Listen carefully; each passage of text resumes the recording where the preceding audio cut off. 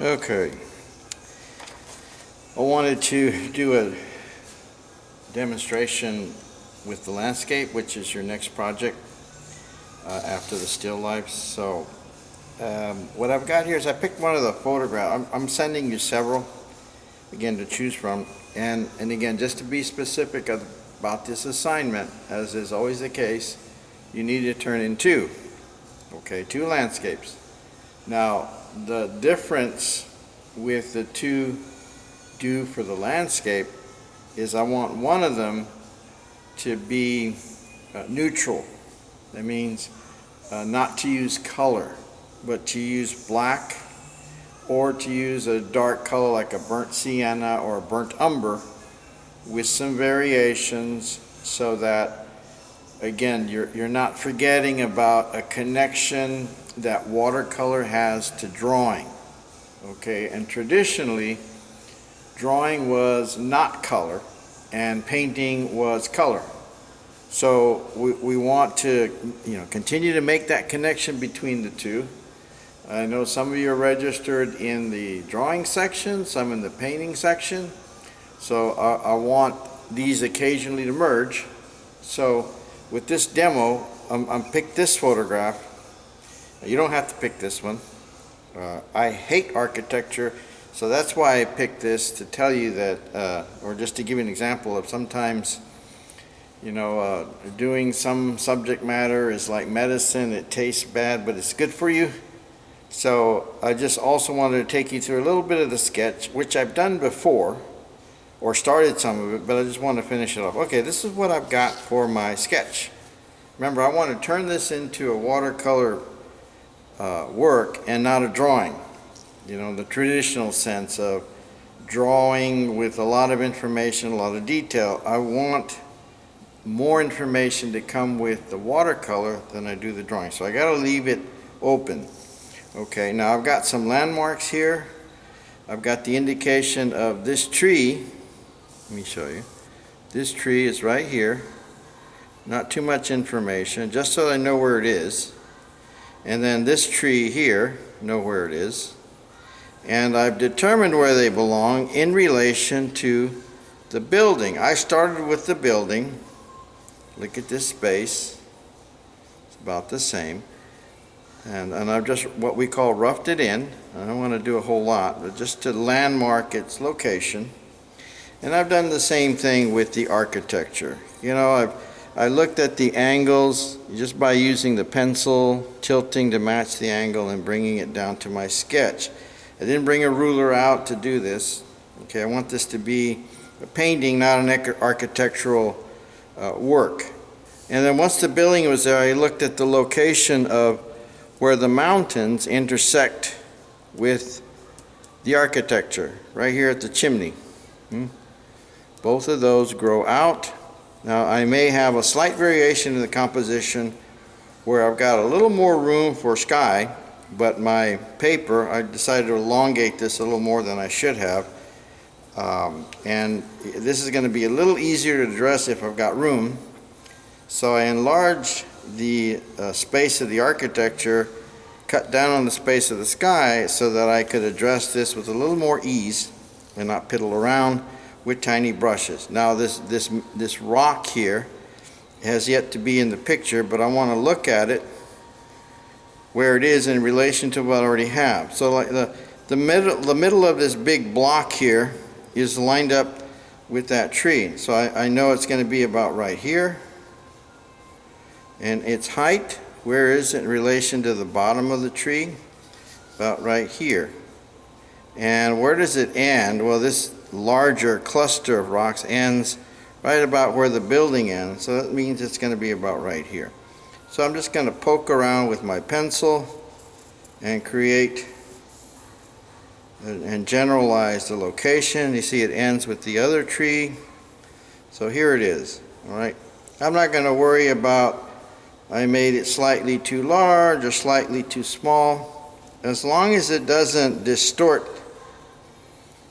the space in the painting. Because anytime you're working from a photograph, whether it be for a drawing or a painting, when you hang it up, you're not going to hang the photographic image next to it, okay?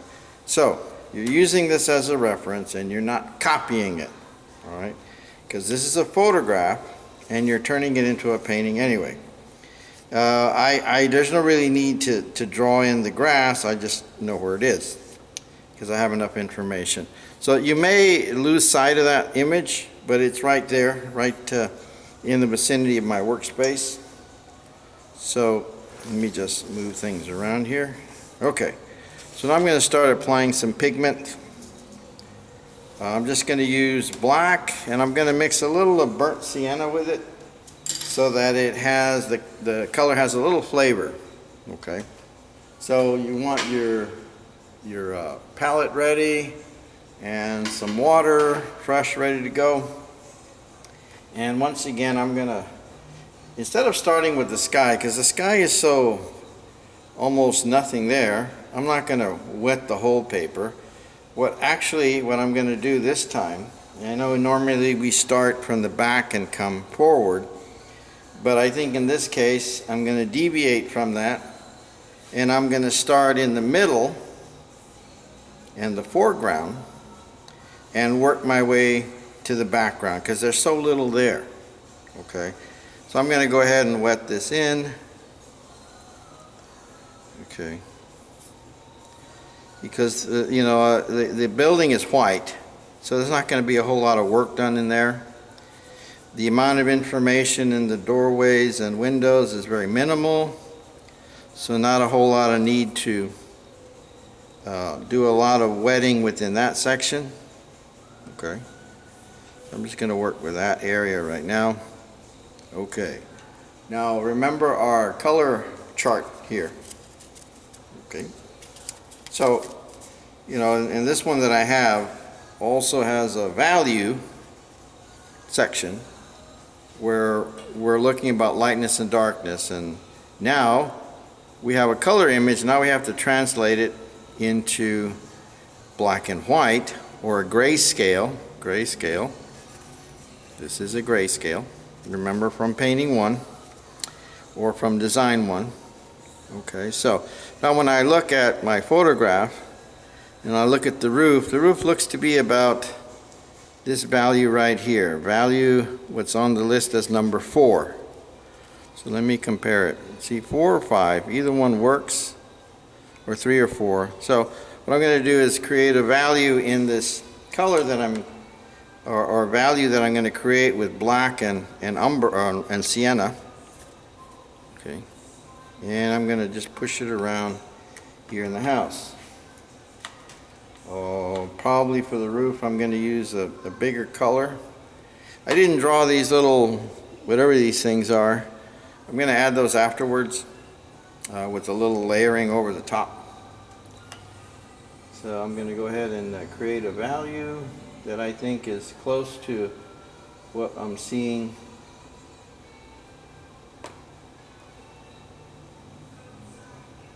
I don't have a testing area, unfortunately, so that's one of the other reasons why I want to wet the roof line first, so that if it's off I can still doctor it up with a little paper towel or by adding more. Okay, so let me start. I don't want to have the brush too loaded. I'm going to start in this one here, and of course the roof line, you can see it does have a slight pattern of a diagonal stroke. So I'm going to move my brush diagonally.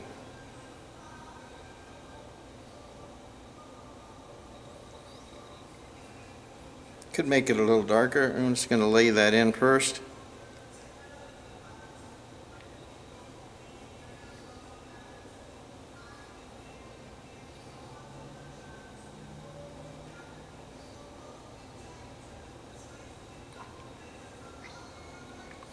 I just used my brush to mix with, so that's why you might have, or you might see this uneven pattern. I'm going to pull a little more black into the mixture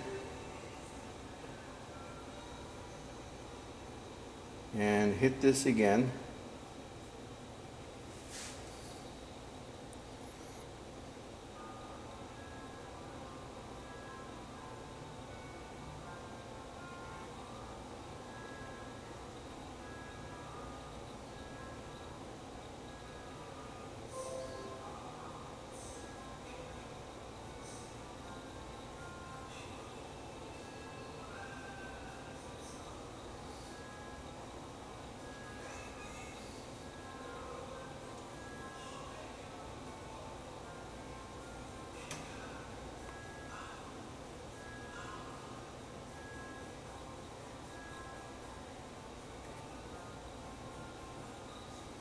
that little boo-boo right there can be fixed with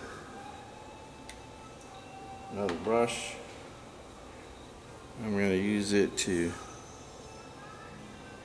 soften that, take some of the weight off. Right. I'm going to let that soak in for a minute and come back and hit it again later. In the meantime, I'm going to go to work on some of the smaller components of the house.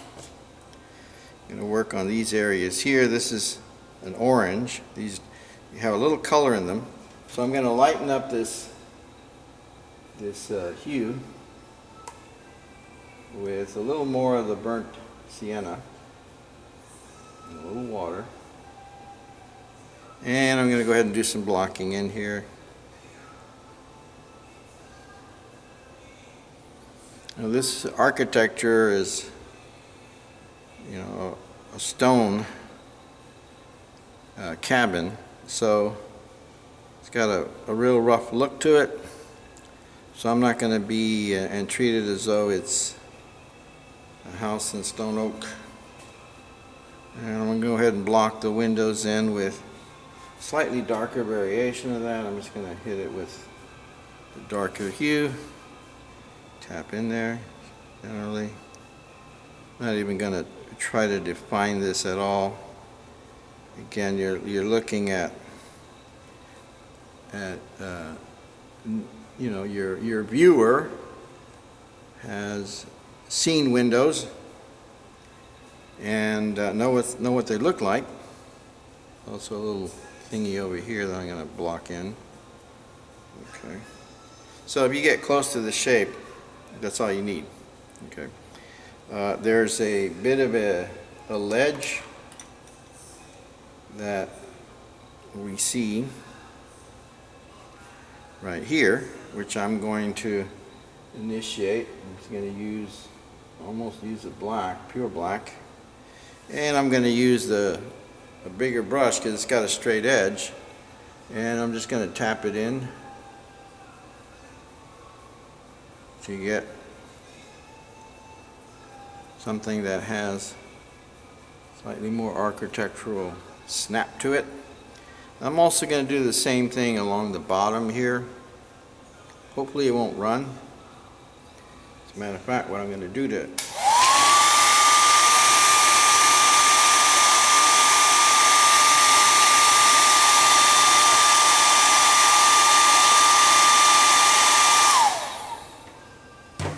hit it with the dryer. Let's come back and once again use the straight edge of the brush.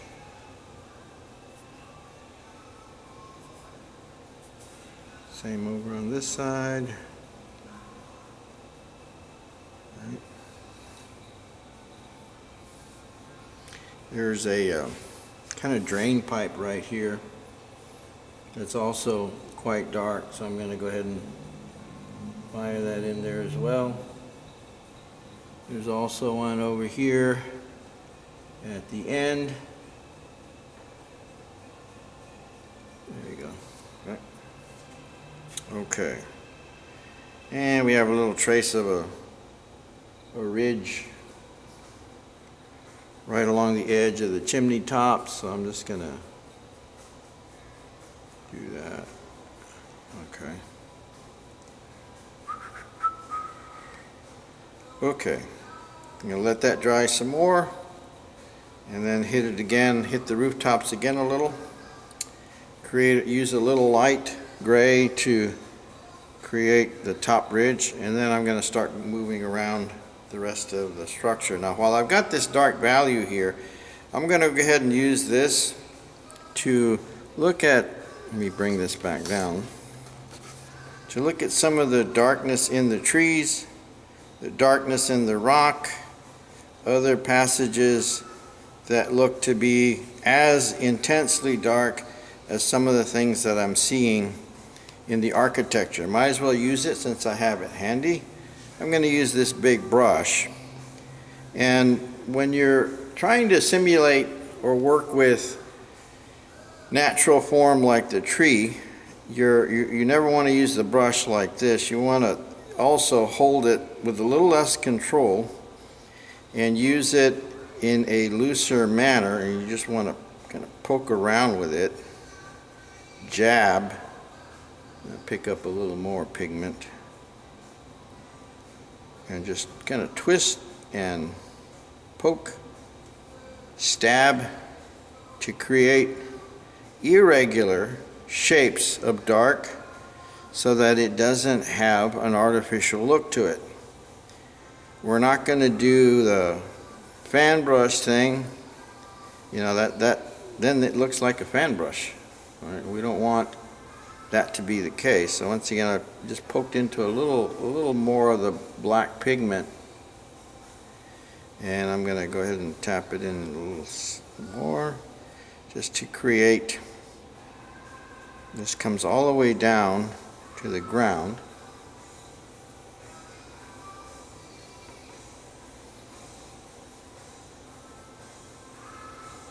Yeah.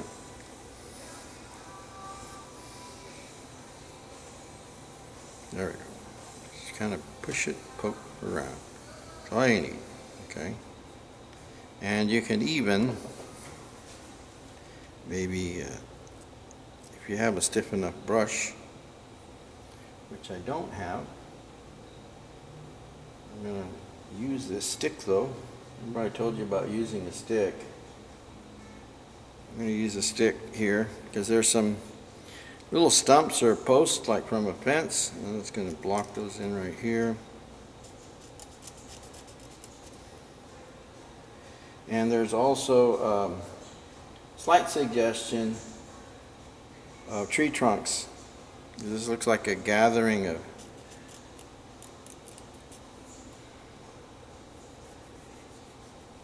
kind of scratch and poke in. There you go. Okay. And I'm going to go ahead and do the same thing with this tree that runs off the edge of the picture plane. It's got some strong darks in it, just like its smaller version over on the one I just did. Just going to poke around again. You see, I'm not sure this is in your frame of reference, so let me scoot it over a little.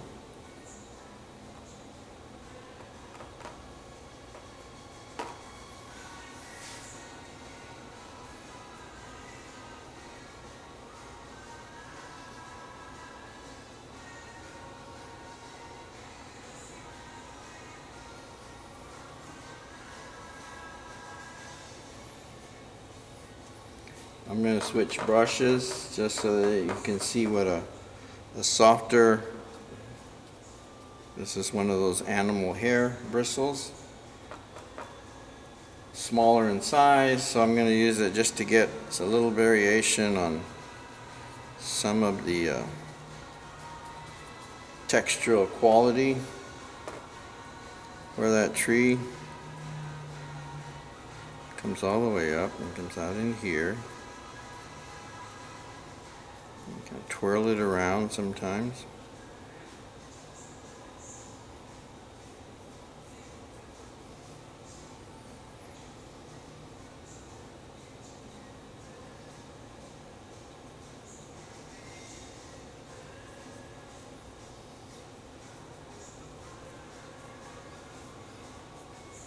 And get its treeness going.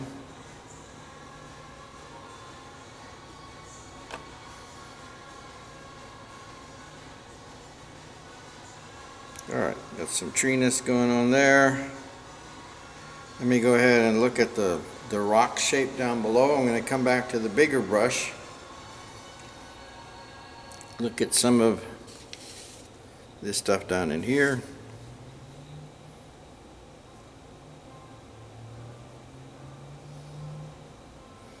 Almost like the tree, I don't want to hold the brush with control. I'm going to hold it from the back in order to get that organic quality that comes from natural subject matter, which really is not about control.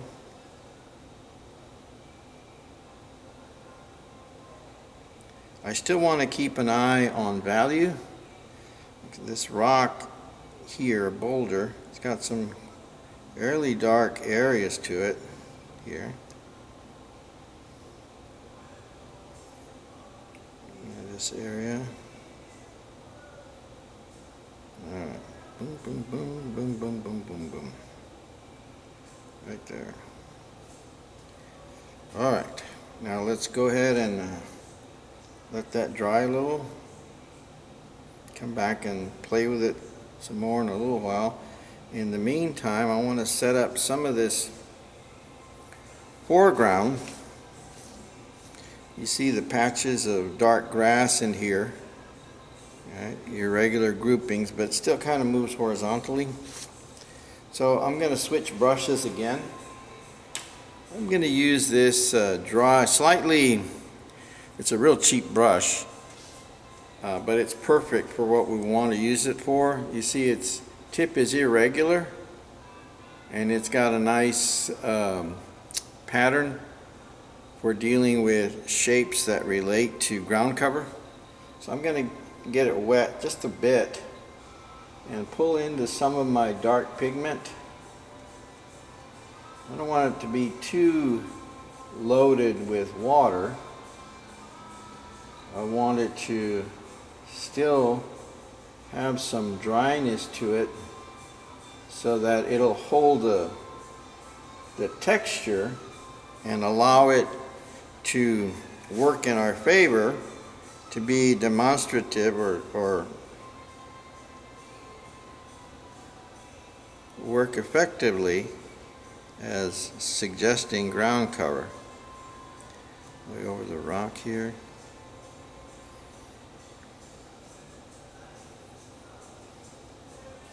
I'm gonna pick a little, slightly, just the tip of it, I drip in the water. Picked up a little more black. Looking over here. Got some over in here. Just jabbing and poking. Flipping the brush over because there's paint on both sides of my bristle. And, you know, just barely touching the paper. I'm going to use some shorter stuff down below here.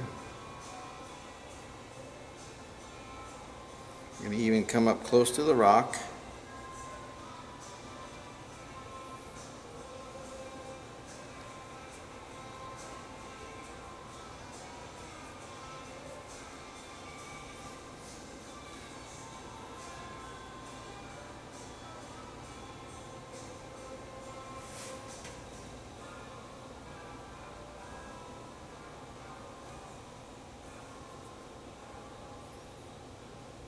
Now this is not using a single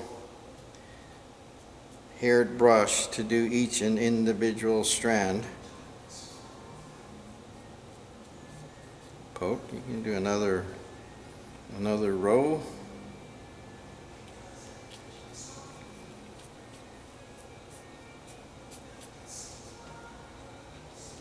Now I'm going to get a little careful above this rock because I want to keep that shape, but there is some grass up around it.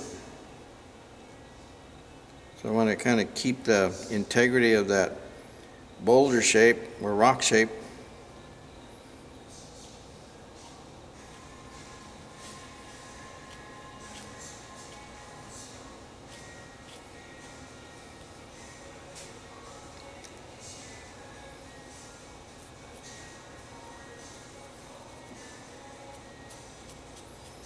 Poke around up here.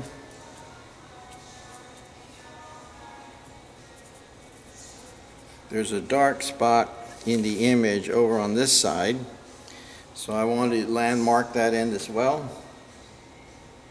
A little water, pull a little of my pigment.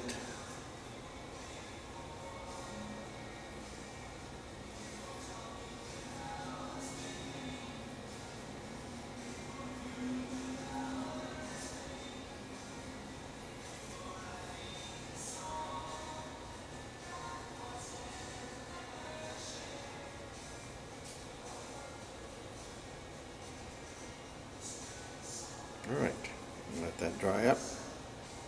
I'll let that set for a minute. I'm going to come back to the roof. Now that the roof is dried out, and I'm going to come back and create a little more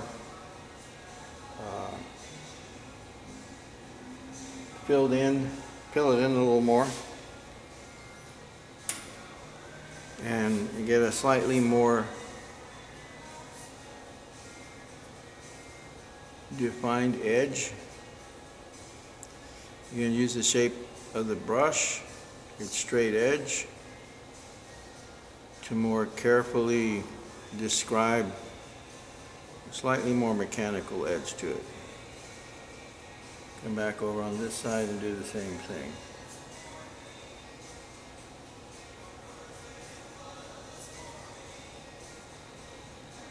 I'm going to go ahead and raise it just ever so little.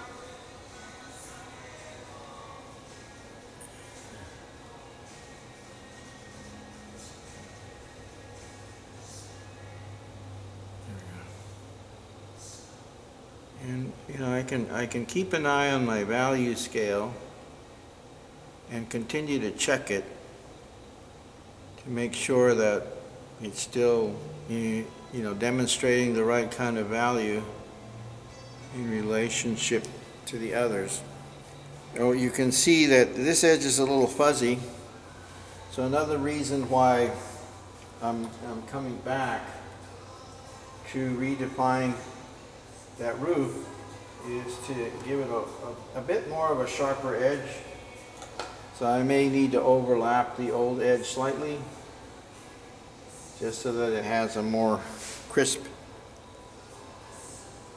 mechanical appearance.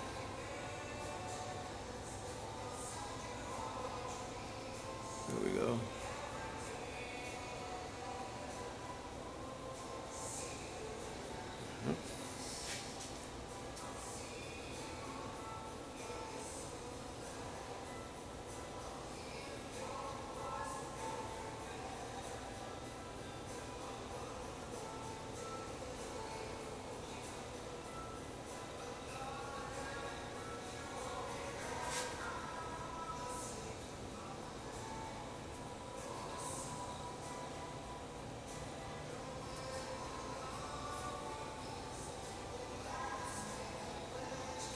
And we're going to go ahead and do the same thing to the opposite edge.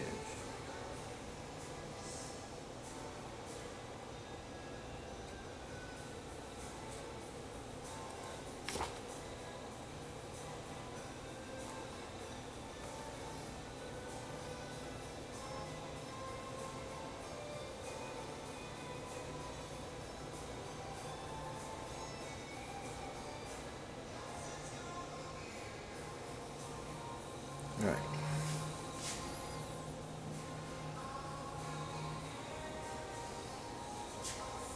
Okie doke.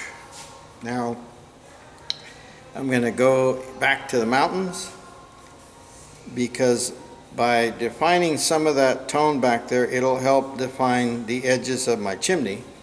So again, I'm going to jump back into that area. I'm going to do it dry. Okay, I've got water here, so if it gets a little stiff, I can come back and loosen it with water. I'm going to keep a damp sponge handy. Okay, so start over on this side. Again, I want to keep in mind what I did with the tree. All right, even though this is a mountain, this one's a little closer than the other two. So there's a little bit of texture in there, so I don't want to just paint it in generally. I do want to poke around a little bit and show some of its unevenness, so I'm going to just kind of poke here.